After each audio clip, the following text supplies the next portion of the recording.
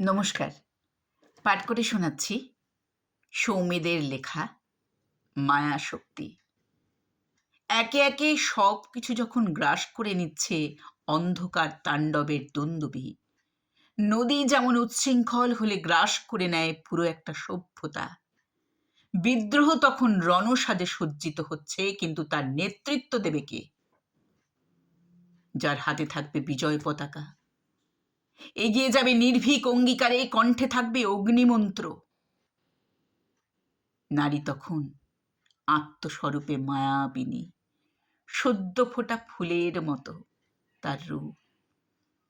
পরনের ছেঁড়া অংশে শরীরের কিছুটা কিছুটা বেআব্র, দেহ এবং মুখের ক্ষতস্থান দগদগে, রক্ত ছুটছে, আর চোখে ছুটছে আগুন।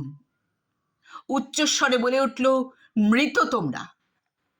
তোমরা সমাজে হেঁটে চলে বেড়াও, তোমাদের নাম থাকে জনগণনায়, বংশবৃদ্ধি করো, তবে ধ্বংসপ্রাপ্ত তোমাদের স্বাধীনতা, বিবেক, চেতনা। তাই কখনো কখনো সময় অসময় তোমরা মেতে ওঠো দানবীয় আদিম উদ্দামতায়। প্রতিদিন এতগুলো লাশের খবর তোমাদের মনকে ব্যথিত করে না? সমাজ আজ বিশৃঙ্খল অরণ্য।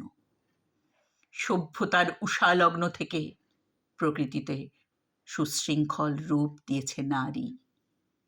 নিজের সংসার মনে করে বেঁধে রেখেছে মায়ার বন্ধনে।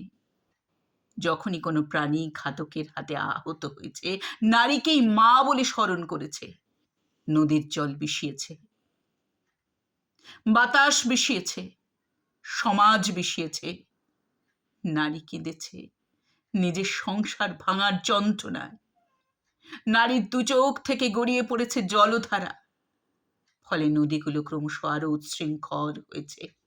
গাছগাছালি সেভাবে আর ফুলে ফলে সাজে না, তাই পাখিদের কান্নায় কলরব।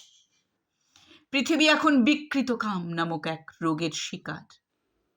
নারী ভেবেছে, তাই এবার সে নিজেকে সজ্জিত করেছে বিবেক, চেতনা, মানবতার প্রতীক রূপে। মুখে মৌনতা, হাতে মোমবাতির অল্প আলোকে আশ্রয় করে এগিয়ে চলেছে স্বচ্ছতার লক্ষ্য নিয়ে। নমস্কার।